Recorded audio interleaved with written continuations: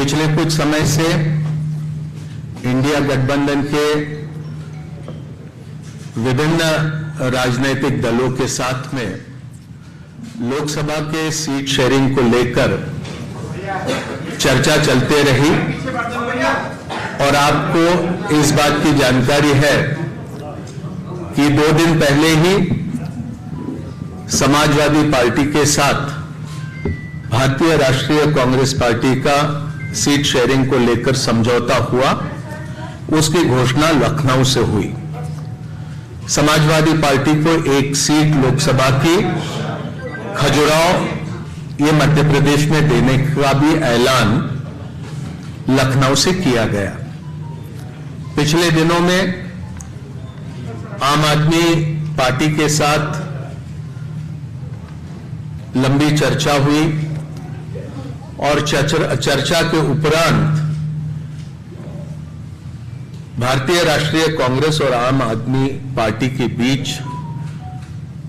सीटों को लेकर समझौता हुआ है, जिसको आपके समक्ष यहां पर मैं रखने का काम करूंगा।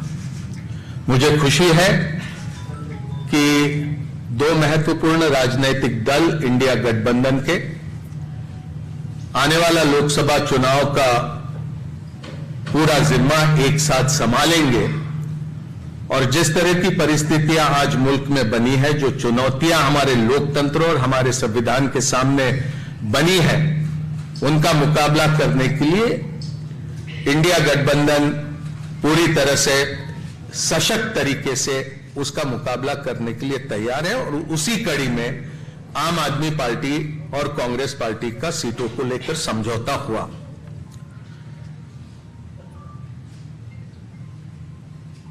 दिल्ली लोकसभा में 7 सीटें हैं। आम आदमी पार्टी 4 पे लड़ेगी। वो 4 सीटें नई दिल्ली, वेस्ट दिल्ली, साउथ दिल्ली और ईस्ट दिल्ली। कांग्रेस पार्टी 3 सीटों पर दिल्ली में चुनाव लड़ेगी, चांदनी चौक, नॉर्थ ईस्ट और नॉर्थ वेस्ट। गुजरात में 26 लोकसभा सीटें हैं, 24 पर कांग्रेस लड़ेगी, 2 सीटों पर आम आदमी पार्टी के प्रत्याशी रहेंगे। भरूच लोकसभा और भावनगर लोकसभा की ये सीटें होगी। हरियाणा में 10 लोकसभा सीटों में से 9 सीटों पर भारतीय राष्ट्रीय कांग्रेस लड़ेगी और 1 सीट जो कुरुक्षेत्र की है, वहां पर आम आदमी पार्टी के प्रत्याशी लड़ेंगे। चंडीगढ़ को लेकर लंबी चर्चा हुई, लेकिन आखिरी में यह तय किया गया कि चंडीगढ़ में भारतीय राष्ट्रीय कांग्रेस के प्रत्याशी चुनाव लड़ेंगे। गोवा में भी, खास करके दक्षिण गोवा में विस्तार से चर्चा हुई, लेकिन फिर यह तय किया गया कि गोवा की दोनों सीटें ये भारतीय राष्ट्रीय कांग्रेस पार्टी लड़ेंगी। तो संक्षेप में ये सीटों को लेकर ये जानकारी आपके समक्ष रखनी थी।